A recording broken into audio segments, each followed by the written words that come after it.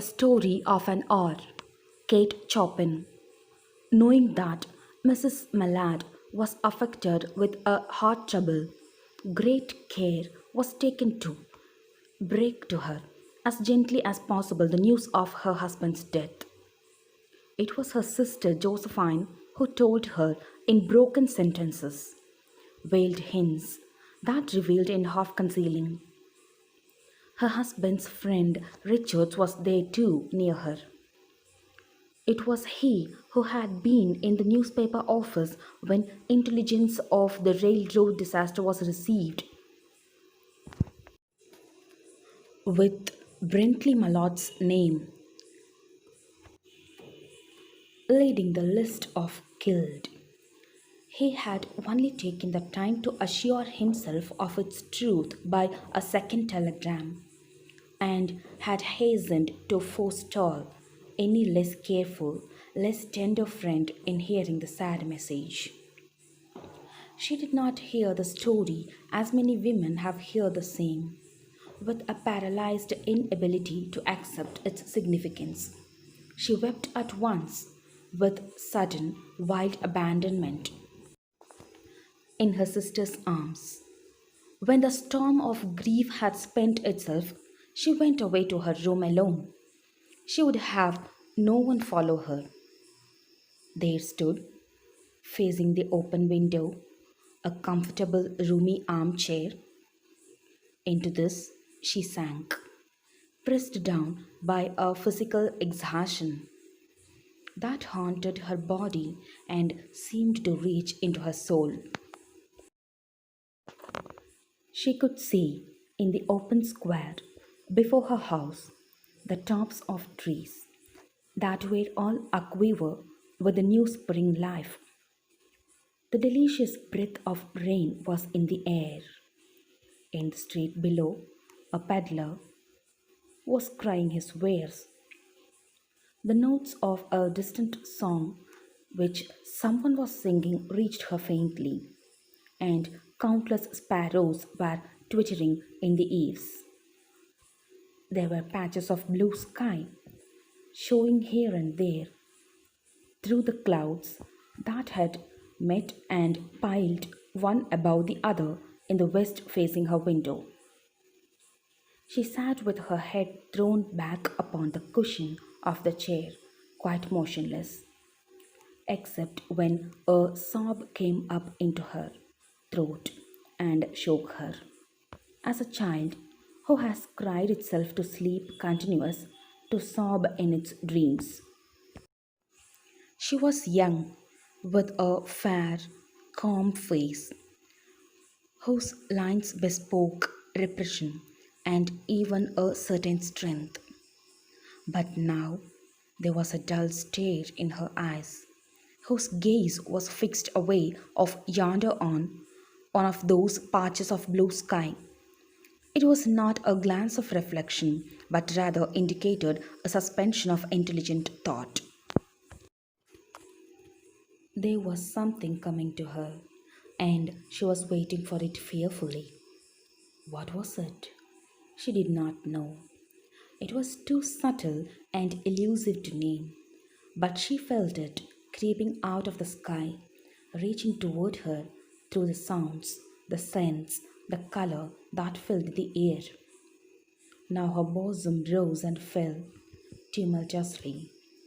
She was beginning to recognize this thing that was approaching to possess her, and she was striving to beat it back with her will, as powerless as her two white, slender hands would have been. When she abandoned herself, a little whispered word escaped her slightly parted lips. She said it over and over under her breath. Free, free, free. The vacant stare and the look of terror that had followed it went from her eyes. They stayed keen and bright. Her pulse beat fast,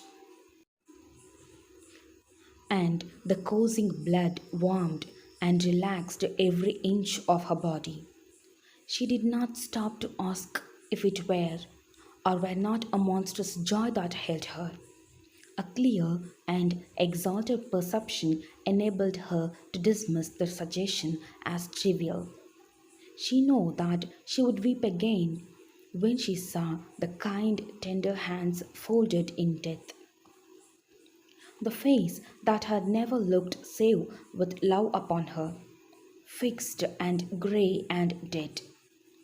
But she saw beyond that bitter moment a long procession of years to come that would belong to her absolutely, and she opened and spread her arms out to them in welcome. There would be no one to live for her during those coming years. She would live for herself. There would be no powerful will bending hers in that blind persistence with which men and women believe they have a right to impose a private will upon a fellow creature. A kind intention or a cruel intention made the act seem no less a crime. She looked upon it in that brief moment of illumination, and yet she had loved him. Sometimes, often she had not. What did it matter? What could love, the unsolved mystery, count for in the face of this possession of self assertion which she suddenly recognized as the strongest impulse of her being? Free, body and soul free, she kept whispering. Josephine was kneeling before the closed door, with her lips to the keyhole, imploring for admission. Louis, open the door. I beg, open the door. You will make yourself ill. What are you doing, Louis? For heaven's sake, open the door. Go away. I'm not making myself ill. No. She was drinking in a very elixir of life through that open window. Her fancy was running right along those days ahead of her, spring days and summer days, and all sorts of days that would be her own. She breathed a quick prayer that life might be long. It was only yesterday she had thought with a shudder that life might be long. She arose at length and opened the door to her sister's importunities. There was a feverish triumph in her eyes, and she carried herself unwittingly like a goddess of victory. She clasped her sister's waist, and together they descended the stairs. Richards stood waiting for them at the bottom. Someone was opening the front door with a latch key. It was Brintley Mallard who entered, a little travel stained, composedly carrying his grip sack and umbrella. He had been far from the scene of the accident and did not even know there had been one. He stood amazed at Josephine's piercing cry, at Richard's quick motion to screen him from the view of his wife. But Richards was too late. When the doctors came, they said she had died of heart disease, of joy that kills. Thank you.